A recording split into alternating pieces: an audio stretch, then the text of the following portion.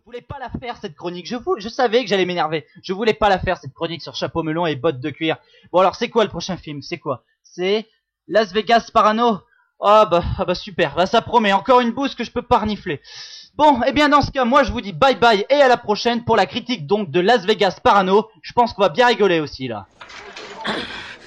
Salut! Je m'appelle... Raoul Duke, sur la liste, déjeuner gratuit, sagesse finale, prise en charge complète. Pourquoi pas? J'ai mon avocat avec moi et je m'aperçois que son nom n'est pas sur la liste, mais nous devons avoir une suite. Oui, nous devons avoir une suite. Quelle est la suite? Des événements. Votre suite n'est pas encore prête. Mais il y a quelqu'un.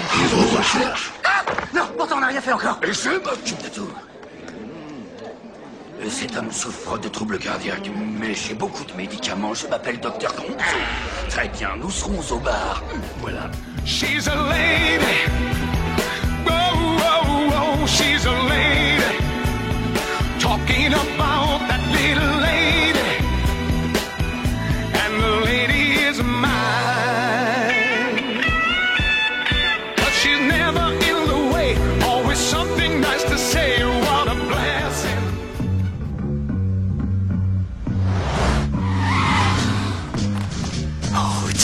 Salut à tous et soyez les bienvenus pour une toute nouvelle vidéo d'état critique. Vidéo un peu spéciale aujourd'hui puisque je risque de me mettre à dos toute une communauté de cinéphiles qui considèrent l'œuvre du jour comme un véritable chef-d'œuvre, mais qui pour ma part m'a laissé entièrement de marbre. Donc aujourd'hui je revais mon costume de super polémique et j'envoie un grand coup de pied aux couilles à notre film du jour. Aujourd'hui au programme donc un film complètement barge, profondément psychédélique, réalisé par Terry Gilliam, qu'on ne présente plus, sorti en France le 19 août 1998, dans lequel on peut retrouver les talentueux Johnny Depp et Benicio del Toro. Je veux bien évidemment parler de Las Vegas Parano, adaptation ciné du roman de Hunter Thompson, écrivain, mais aussi reporter et surtout popularisateur du principe du journalisme gonzo, qui est un genre de journalisme ultra subjectif constitué de récits à la première personne, qui mêle rencontre et prise de drogue à un positionnement politique très marqué et une plume critique très prononcée. Connaissant donc le passif d'Hunter Thompson, mais aussi le roman, on se doute évidemment que l'adaptation cinématographique sera tout aussi déjantée, complètement hallucinante, voire peut-être révolutionnaire dans un sens. Pour ma part, le traitement apporté par Terry Gilliam sera complètement foiré. Mais avant que vous ne sortiez les guns, laissez-moi vous raconter de quoi ça parle ce film. Nous suivons donc deux individus, Raoul Duke, journaliste, et Maître Gonzo, l'avocat de celui-ci, dans une virée vers Las Vegas où ils vont tenter de réaliser leur propre vision du rêve américain. Sur place, les deux vont s'adonner à la consommation de toutes les drogues qu'ils ont amenées avec eux. Dans un état second, paumés dans une réalité qu'ils voient de façon complètement déformée, nos deux héros vont vivre des aventures mentales psychédéliques. Alors à sa sortie, Las Vegas Parano va connaître un four monumental. Cependant, avec le temps, il va peu à peu devenir un film culte.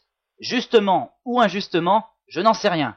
À ce jour, toutes les personnes que je connais qui ont vu ce film disent que c'est une référence absolue, que c'est un putain de grand film, que c'est génial, que c'est mortel. Ok, bon, bah moi je vais vous dire un truc. La première fois que je l'ai vu, je me suis dit « Wow, what the fuck, qu'est-ce que c'est que ce truc ?» Étant resté un petit peu sur ma faim, je me suis mis en tête de lire le roman d'Hunter Thompson, puis ensuite de revoir une nouvelle fois ce film, dans le but de me prouver que la première fois que je l'ai vu, eh bien je l'ai mal jugé. Eh bien, en fait, non, je l'avais pas aussi mal jugé que ça la première fois. Alors ce qui m'avait frappé lorsque j'ai lu le roman de Thompson, c'est déjà tout le côté autobiographique qui propose, de façon agressive et piquante, une critique virulente de la société américaine des années 70 à travers un point de vue juste énormissime pour l'époque, qui est celui d'un adepte énergique de la mouvance Drug Generation. En abordant le film la seconde fois, après avoir remis à zéro mon compteur critique suite à ma première vision du film, je partais dans l'idée que la retranscription de ce point de vue allait être, avec le regard de Terry Gilliam, juste parfaite. Eh bien, je me suis bien trompé. La réalisation complètement hallucinée et sous-extasiée de Terry Gilliam m'a profondément dérouté. Ici, on a affaire clairement à un gigantesque trip où se mêlent et s'entremêlent toutes les folies issues du cerveau de son réalisateur. Alors oui, on remarque indubitablement qu'il s'éclate à nous servir des scènes qui sont restées, entre guillemets, mythiques. Oui, il est indéniable que Terry Gilliam filme avec le talent qu'on lui connaît tout le surréalisme des situations qui suivent la consommation de drogue de ses personnages. Oui, on sent également que Johnny Depp et Benicio del Toro se sont vraiment impliqués dans cette œuvre déjantée en livrant des performances qui sont complètement allumées. Mais moi, il y a quelque chose dans tout ce foutoir qui m'a vraiment gêné, et là, ça n'a rien à voir avec la mise en scène visuelle de ce film. Ça concerne, je dirais, plus le message véhiculé et l'enjeu d'une telle œuvre. Le film est structuré en deux parties. Une partie où les événements s'enchaînent rapidement, qui fait écho aux premiers effets hallucinatoires de la prise de drogue, puis une seconde partie beaucoup plus longue, hyper étirée, et en mon sens vraiment chiante, qui est là pour nous exposer ce qu'on appelle la rechute, c'est-à-dire la phase où l'on décuve, entre guillemets, de la prise de ces substances.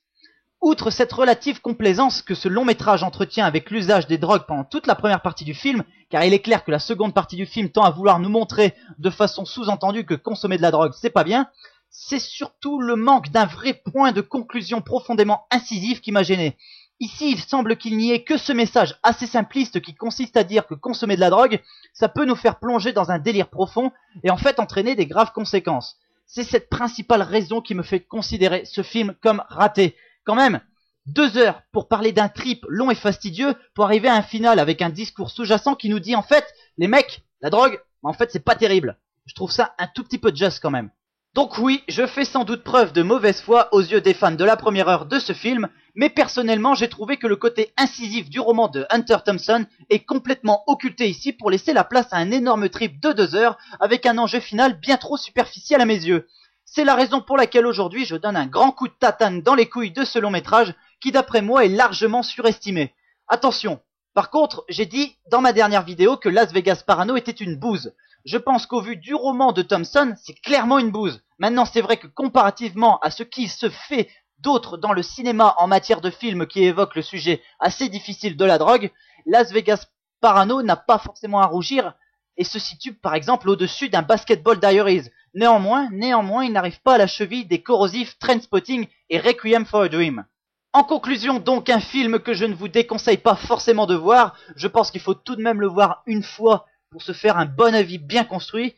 Maintenant, je vous recommande surtout le roman de Hunter Thompson qui lui est clairement une tuerie. Sur ces mots, j'attends vos commentaires sur ma critique car je sais qu'elle va irriter probablement les fervents défenseurs de ce film et Dieu sait qu'ils sont nombreux. Pour ma part, je vous donne rendez-vous pour une prochaine vidéo qui là par contre mettra tout le monde d'accord. C'est une grosse bouse merdasse cosmique. Je ne vous en dis pas plus, je vous dis bye bye et à très bientôt.